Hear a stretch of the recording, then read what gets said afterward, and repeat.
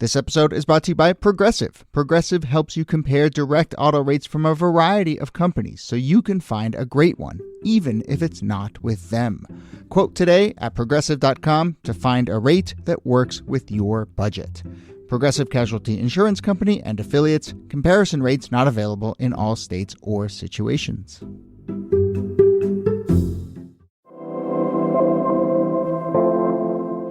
Hello and welcome to This Day in Esoteric Political History from Radiotopia. My name is Jody Avirgan. This day, September 13th, 1970, an op-ed appears in the New York Times entitled, "A Friedman Doctrine, the Social Responsibility of Business is to Increase Its Profits."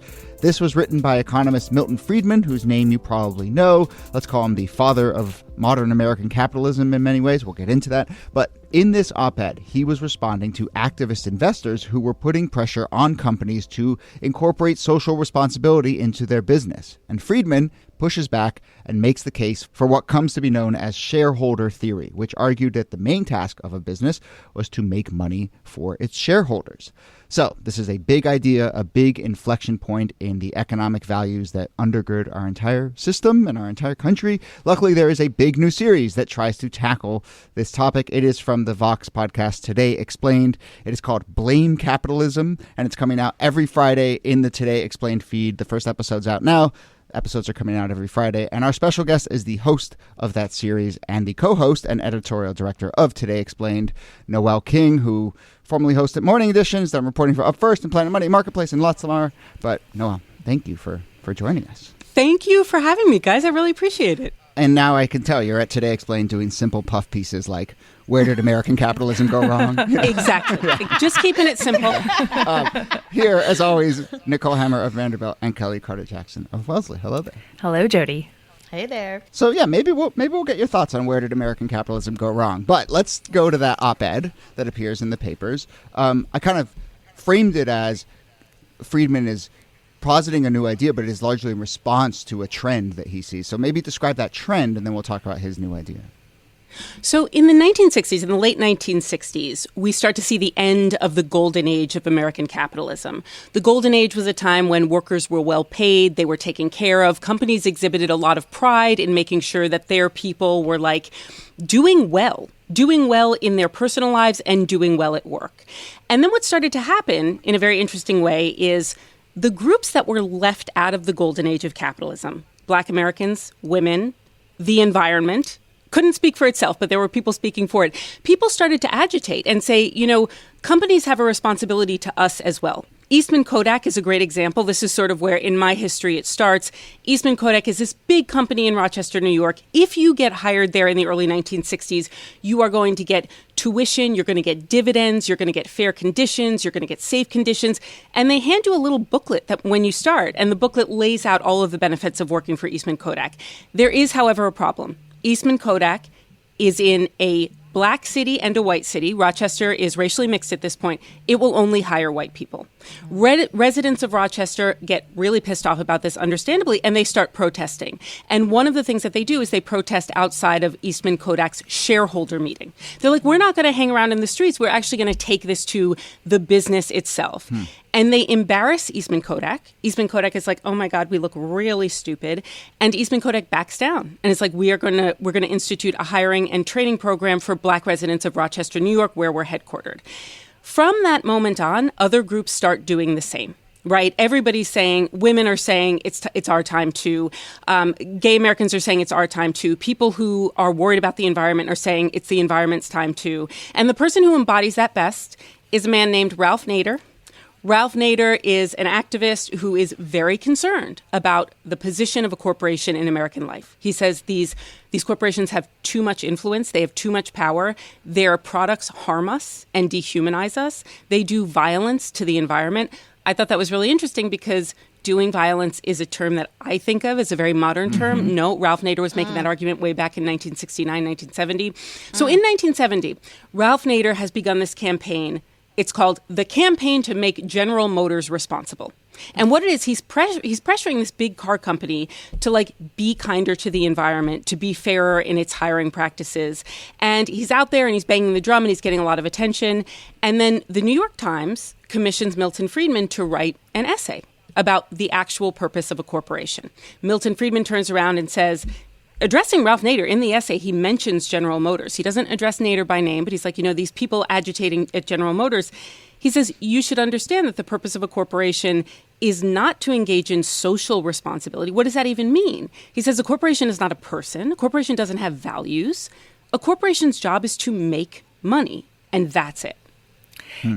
It's such an interesting evolution because, in some ways, Milton Friedman's big idea is a really old idea. It's the idea that's ascendant until like the 1930s. And then in 1920s, you have Calvin Coolidge, who's president at the time, saying that the business of American business is business, right? Like that's what the American government should be doing. So the business of American government is business.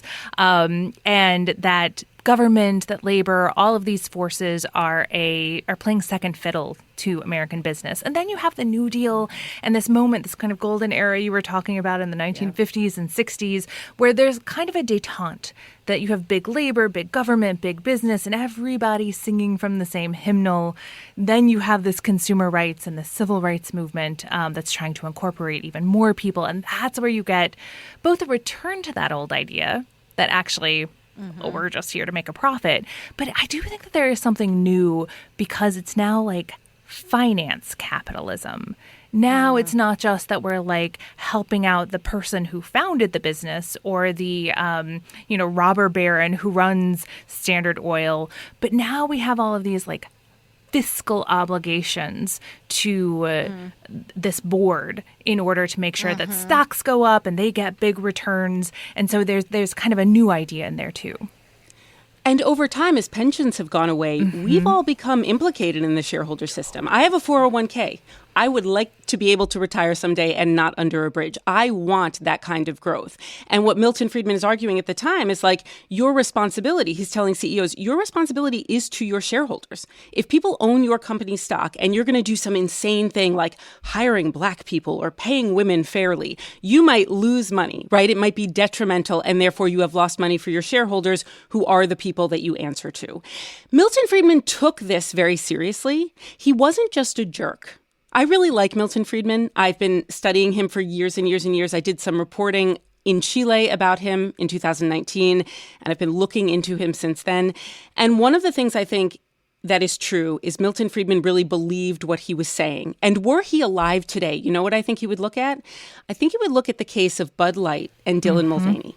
I think you will say this is a corporation that decided to take a stand and send some cans of beer to a trans influencer, and look at everything that came after. The customers threw a fit. Dylan Mulvaney was made to feel very badly about herself. The company's stock price plummets. And now, fact check me please, but I believe a couple weeks ago, Bud Light laid people off and said after our stock price plummeted, we had to cut jobs. Milton Friedman would look at that and he would say, you guys, there you go. If Bud Light had just sold beer and let individuals, human beings, not corporations, take on the mantle of trans rights, we would all be better off. It's a really interesting point that I think is very relevant today. I also, Nicole, to your point, I spoke to a historian, Jennifer Burns, who's got a great new book about Milton Friedman coming out. She's so smart. Milton Friedman, The Last Conservative is the book. And I asked her about this, and she said, the one thing Milton Friedman didn't predict was globalization. So the essay runs in 1970. No one really pays attention to it for a couple reasons. Milton Friedman is this really great communicator. He can speak to normal people very easily. But this essay is really dense and it's turgid. And I don't know if you guys read it, but it's like, man, could you not have just simplified this a little bit? Oh, interesting. So for that reason, nobody pays attention. Well, I read it. I have some thoughts about the rhetoric. Oh, okay. I'm super interested. No, please finish your thought. I was just going to say about a decade after the essay runs in the New York Times, Jack Welch, the CEO of General Electric, appears to have read the essay. We've been trying to figure out exactly when and exactly how. We can't.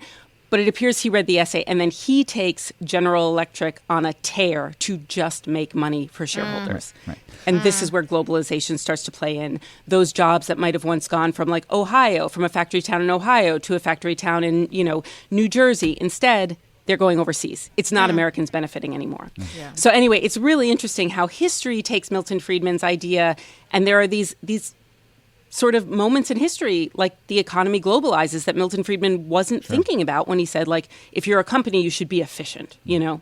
So very quickly on I did read this essay, and, more than anything was just struck at how the sort of spirit of it and the rhetoric of it was just so resonant to a lot of the arguments you see playing out now. I mean, I take your point about him being, generally a good faith person, but there's a real, like, chip on the shoulder, aggrieved kind of like, you silly children who are asking all these unreasonable things of us, like, get over yourselves. And, short of saying go woke, go broke, like, he basically says everything you're hearing right now. Yes. So, I maybe it just says something about me that I'm kind of familiar with this language of grievance right now.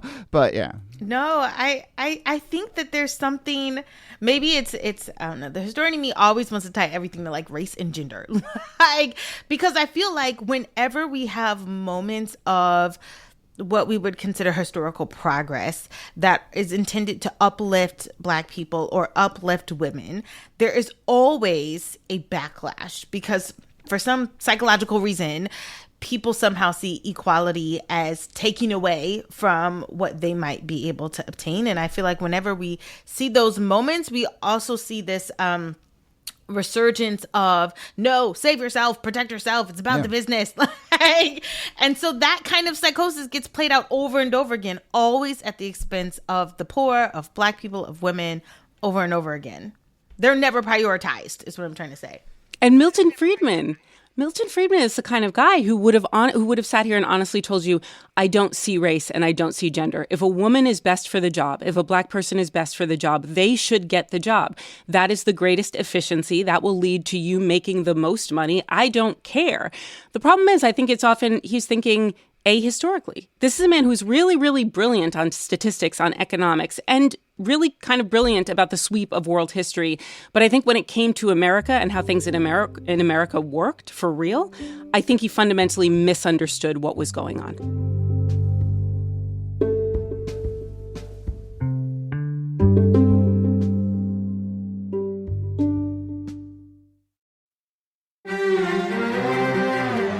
You're used to hearing my voice on the world, bringing you interviews from around the globe. And you hear me reporting environment and climate news. I'm Carolyn Beeler. And I'm Marco Werman. We're now with you hosting the world together.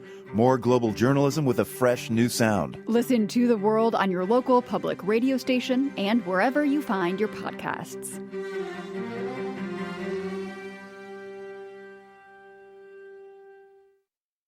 I also think, Jody, one of the reasons why it feels so familiar is, Milton Friedman doesn't fade away. He is, Ronald Reagan reads him. He is still somebody who, like, Glenn Beck reads him. The ideas of, like, shareholder capitalism, as you know, I listen to a lot of conservative talk radio. That idea is propagated on like a weekly basis, especially now that there's a lot of conversation about ESG and about this idea of stakeholder capitalism. Milton Friedman's ideas are not just something that were being formulated in like the mid 20th century and then recede. They're very much at the foundation of much, not just of conservative and right-wing policy, but rhetoric today. So actually on that front, and obviously, Niki, you've tracked this too, but you talk about Welch reading this and it kind of seeping its way, but does it seep its way into at a policy level, or does it kind of give, as Niki was hinting, sort of rhetorical cover to do it, to run your business a certain way? I mean, I think policy was changing in part as a result of things that Milton Friedman was also doing. So when I spoke to Jennifer Burns, I said, how did the essay land? Did everyone pay attention to it? Like, was it a big moment? Because I assumed it was. And she said, oh, no, it was a blip. Milton Friedman wrote plenty of things for the New York Times, plenty of op-eds for the New York Times and others that got way more attention. But here's what happened. In 1980, around the time that Jack Welch becomes CEO, the laws have changed so that now mergers and acquisitions are much more possible than they've ever been. And companies are gobbling up other companies. And the way to make sure that your company is not gobbled up is to make sure the stock price stays high, high, high. So if you're a CEO and heretofore you've thought of Milton Friedman as like an interesting guy, a conservative philosopher, suddenly you're looking at it and you're like, oh, shoot, making money is a blueprint to keep my company from being absorbed by another company. And so I think it's less that policy changed. It's that there were no policies saying, for example, nor would there ever be in America, like you can't ship those jobs overseas. But there was kind of a loosening of all kinds of regulations and a misunderstanding about what this was actually leading to. Nobody was paying attention, I think, until it was too late. And by the time you have, Bill Clinton in office, Bill Clinton is a Democrat, but Bill Clinton is like a big NAFTA guy. He's like, this is efficient for the United States. Sending those jobs overseas is a great thing. We're going to get cheaper products, And you have to wonder, I'm sure Bill Clinton read Milton Friedman. I'm sure he knew who he was. But by that point, everybody's minds were so far gone on this idea that if you eliminate redundancies, if you lay off the bottom 10% of performers, then you're really going to be doing great things for your company. And by company, you mean your shareholders. It's incredible how this, it's like a tsunami that happens, And it really corresponds with a broader ethos in politics, particularly of the 1980s. It's so interesting that General Electric and Jack Welch are a key turning point here because, of course, Ronald Reagan gets his education in conservatism from his time at General Electric. There had been this very conservative, ideological, intellectual conservatism that was being fostered at General Electric through the 1950s and 1960s when Ronald Reagan was their spokesperson. He's becoming president at the same time that Welch is adopting this. You get things like the movie Wall Street and the mantra greed is good all happening at the same time. And even if sort of the protagonist in Wall Street is not a good guy, like Gordon Gekko is not necessarily held out as the person that you should emulate, he is speaking to a widely shared ethos, particularly in kind of the political culture, but then also just like the culture of the 1980s. One thing I had not known, I learned this from David Gellis's great book, The Man Who Broke Capitalism. We interview him for this series. Jack Welch was so influential among other CEOs. All of the they were all men who went on to run the big companies in the 80s and 90s. So many of them were either protégés of Jack Welch's or they had studied at like Jack Welch University. For a time, there was like a training program where they would bring CEOs in and they would teach them how to do this. And so it becomes the most powerful and influential companies in the United States of America are working in Jack Welch's, are using Jack Welch's playbook. And so again, you see it, it's sort of like history gallops forward. A handful of people are yelling, oh my God, stop. But nobody's listening because stock prices are going up and everybody thinks we'll be fine. So some people are standing athwart history yelling stop to the rise of... Poor Ralph Nader with a sign.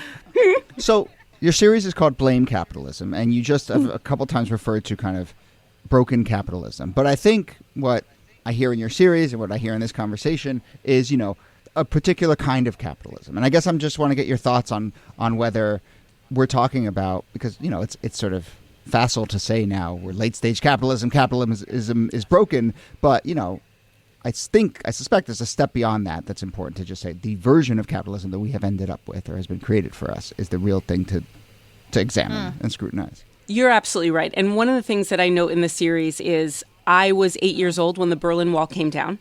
So I remember when capitalism had an existential enemy, and that enemy was communism. And I'm not a person who says nothing bad ever happened under communism. I'm really glad that capitalism won because capitalism and democracy for a long time were twinned.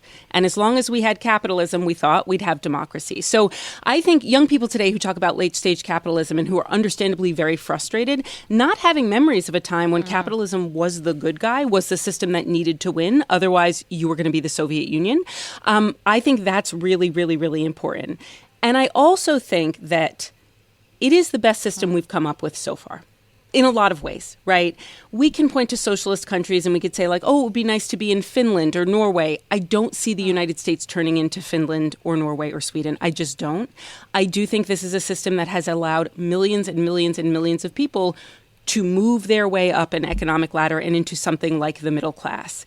It started failing about 40 years ago. We started seeing the middle class shrinking, and then we started seeing this continuation of it shrinking after the financial crisis and things getting more and more unequal. I look at the golden age of capitalism and I think, in all honesty, if it could be reformed, to include the people it was not including, Black people, women, the environment, I think we'd be okay. I think if we looked at the middle class and said, the middle class is a value in America, and we want to work hard to maintain it and create it, and we're going to do what we can to make sure that millions of people remain in it.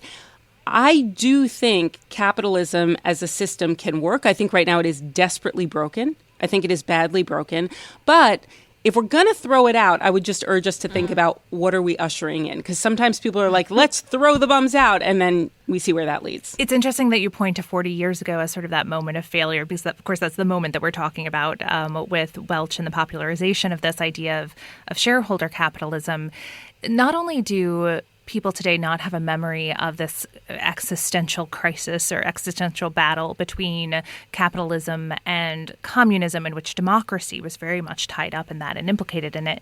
They don't have a memory of this sort of softened form of capitalism where there were labor unions and there were regulations and there was less inequality because there were all of these rules and taxation in place that made sure that folks who were at the bottom weren't actually that far from folks at the top, even though they were still pretty far away, but you didn't have the kind of yawning inequality that we have today.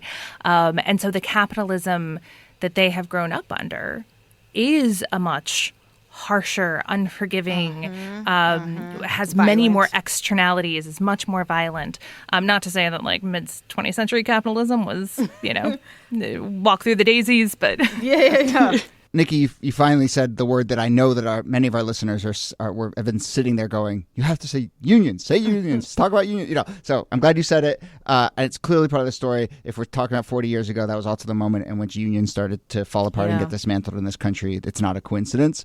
And I'm sure you get into that in your series, Noel. But I want to end with a kind of bigger thought in economics and governance, but also I think across sort of culture in general. But this essay from Friedman, as we started with, there's a backlash element to it as well, right? He saw what was happening in the 60s and into the early 70s and said, enough, kind of, right? Ralph Nader, And I'm curious if you feel like we're in another backlash moment. I mean, I don't hang out with many corporate types, but even I have picked up on these kind of we tried ESG and that was annoying. Now we got to get back to the business of making money, And so I'm curious whether you see those, and I think that applies in all sorts of facets of society. To answer that, I'm going to point to something that looms very large for me, even though we didn't have time to fit it into this series. In 2019, the Business Roundtable, which is a group of the most influential CEOs and prosperous CEOs in America, since the 90s, they had explicitly taken Milton Friedman's essay as their guiding principle, as their statement of purpose. In 2019, they meet and they issue a new statement of purpose. And this statement of purpose says our responsibility is not just to our shareholders. It is to the communities in which we work. It is to the people that we employ. It is to the environment. This is a shocking moment to me. It is a shocking moment. One of the CEOs was quoted in the New York Times saying he felt like Thomas Jefferson writing this new missive. It's incredible. A couple years later, 2023, 4 years later, have any of them done anything? We're not really seeing that yet. You know what I mean? So I think there's a lot of talk, and I think Americans are wildly fed up, and I think that's why we sort of are seeing this hot strike summer. But until we see more real happen, until this is more real, I don't know. I really do think we're kind of constantly in these swings back and forth from loosen it up, tighten it up, loosen it up, tighten it up, from Keynesianism to Reaganism, et cetera, and on and on and on. And so part of me thinks this is cyclical, and it will always be cyclical. I'm excited to see what the next 10 years or so will bring, though, truthfully. It also feels like there has been a significant amount of more like pinkwashing and greenwashing and rainbow washing all of these companies in order to signal a kind of stakeholder capitalism without really changing underlying practices. And even that kind of sort of superficial nod to a more progressive kind of capitalism has led to an intense backlash, this kind of anti-woke thing that's happening right now. And And to backlash among progressives. I remember after George Floyd was murdered during the reckoning, Gushers Fruit Snacks tweeting out Black Lives Matter. What in the world? Kelly's a real connoisseur of these ham-fisted attempts at solidarity. Yes. All of these symbolic gestures. Did we not lose faith at that moment when it was like, what the hell does Doritos have to do with this? Ice cream? Keep them out of it. I mean, it got crazy. It got crazy for a long time. Yeah. It got crazy. And even as a progressive, even as a person who is mostly progressive, I looked at that and I'm like, no, this is not the move. Yeah. This is disgusting. And I'll take a better wage over a hashtag any day of the week. Just pay your people. workers. Pay people. Gushers if Fruit anything, Snacks. the pandemic sort of showed us that people are like, you know what, I'm not going back to work. Like this idea of just like resignment and resentment was on full display. Well, okay, we will leave it there. I think, Noel, the next 10 years are going to be very interesting. And your series stands at this interesting precipice moment, this turning point, much like Milton Friedman's essay did in 1970. So there you go. But the series is in the Today Explained feed, the podcast from Vox. Noel King is the host. It's coming out every Friday, right? How many episodes? 4 episodes in total. Yeah. People can go check it out. But thank you so much for doing this. Thank you for having me, you guys. This was really fun. Nicole Hemmer, thanks to you. Thank you, Jody. And Kellie Carter-Jackson, thanks to you. My pleasure. Tell me, is there some society you know that doesn't run on greed? The world runs on individuals pursuing their separate interests. The great achievements of civilization have not come from government bureaus. So that the record of history is absolutely crystal clear that there is no alternative way so far discovered of improving the lot of the ordinary people that can hold a candle to the productive activities that are unleashed by a free enterprise.